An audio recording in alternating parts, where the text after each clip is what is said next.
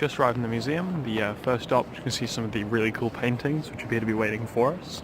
Then there are two exhibitions we want to go to. The first is the Road to Rejuvenation. So to read a description from the guidebook, the Road to Rejuvenation is one of the museum's permanent exhibitions, using 1,280 sets of precious cultural relics and 875 pictures. This exhibition features a combination of a large number of cultural relics and artworks which demonstrate Chinese history from the Opium War of 1840 to the present, when the nation was thrown out into the darkness of a semi-colonial and semi-feudal society. Its people from all walks of life stood up to fight and search for a way to rejuvenation. It is the Communist Party of China that led people from all ethnicities to fight for independence, liberation, prosperity and well-being. The exhibition is divided into 5 sections. China reduced to a semi-colonial and semi-feudal society, seeking a way to save China, the Communist Party of China with the historical mission for independence and liberation, building in socialist China, and then a socialist road with Chinese characteristics. Socialism with China's characteristics is the name they called the capitalism that China moved towards. Socialism with China's characteristics. The thing that's interesting is that very recently the President Xi Jinping has declared that it is socialist Chinese characteristics for a new era. We wandered through the room, which was full of paintings, and they were sure as hell impressive. There was a lot from the Long March. There was a lot from the early days of the Communist Party, and they were all very successful in capturing the might, the power that they were clearly intending to. The massive size of these paintings obviously helped, and all the dramatic imagery involved.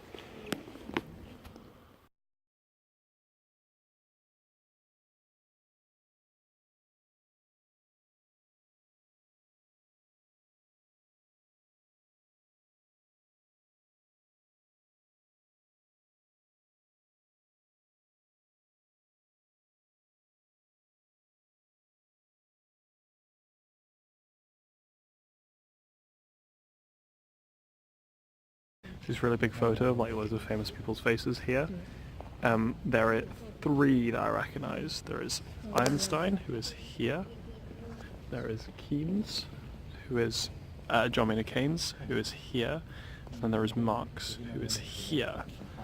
The rest, I have no idea. Also, the inclusion of only those 3 famous Western faces, very interesting. There are way more. There's loads of people here. Those are just the only 3 I recognise. Key would be incredibly helpful. Probably is one, but it's also in Chinese. Reading one of the wall plaques. Beginning in the 17th century, with the occurrence of the bourgeois revolution and then the industrial revolution, Western capitalist countries developed rapidly and entered into a period of large-scale expansion and plundering.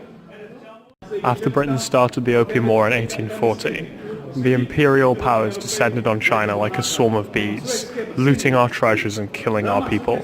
They forced the Qing government to sign a series of unequal treaties that granted them economic, political, and cultural privileges, and sank China gradually into semi-colonial, semi-feudal society. The contradictions between the imperialism of the Chinese nation, between feudalism and the broad masses of the people, became a primary contradiction in modern Chinese society. Achieving national independence and liberation of the people, and making the country strong and prosperous, and the people happy became the 2 great historic missions of the Chinese nation throughout its modern history. Here is a painting of Japan attacking China in the Second World War. In order to safeguard the country's sovereignty and defend the nation's dignity, the Chinese people unflinchingly attacked the foreign invaders, foiling the imperialist powers' plot to subjugate China. The national crisis and the people's misery constantly deepened, which spurred the Chinese people's insight to ponder the nation's future and the country's fate in search for a path to salvation.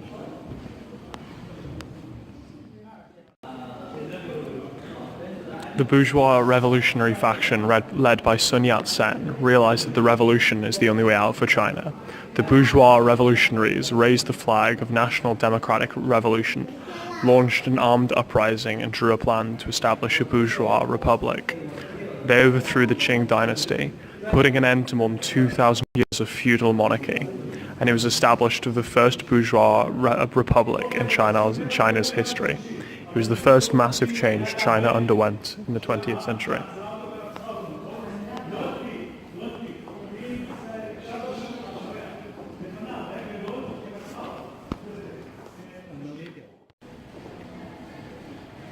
After the founding of the People's Republic of China, the three big mountains of imperialism, feudalism, and bureaucrat capitalism, which had long oppressed the Chinese people, were overthrown, and national independence, liberation of the people, and the great unity of China's ethnic groups was achieved, opening up a new era in history for the Chinese nation.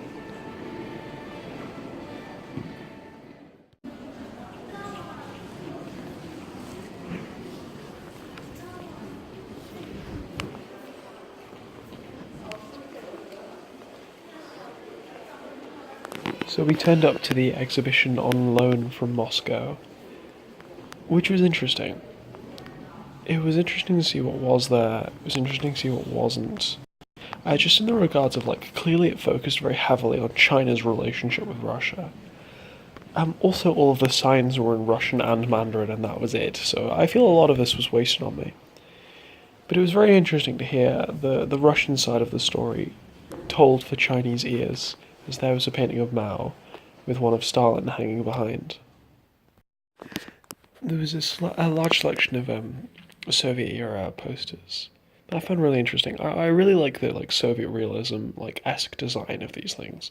I think it's a really nice aesthetic. I mean, maybe it's not something I'd have up on my wall simply because it's too harsh, but, well, I don't know, I just always think they look nice. Maybe I would have them up on my wall, certainly not as a centerpiece. But yeah, it was just interesting seeing all of this. It was interesting seeing how the story is told, one that I'd only ever learnt about in history textbooks, to see relics of the past there. And unfortunately, as I say, it was all in Mandarin and Cyrillic, so it's all definitely wasted on me.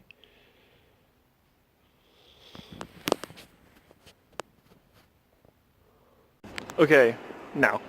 Well, another day, another museum. This one's been awesome, absolutely massive. Good history of China with a very unique perspective. Then wander off to Russia-China pact area. Again, really interesting. Can't wait to talk to Simon about this.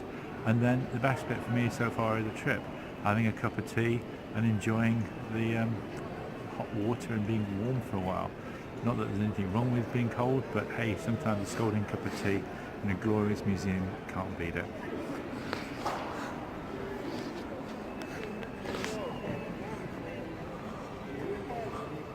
It's all oh wait, the sound's still on probably.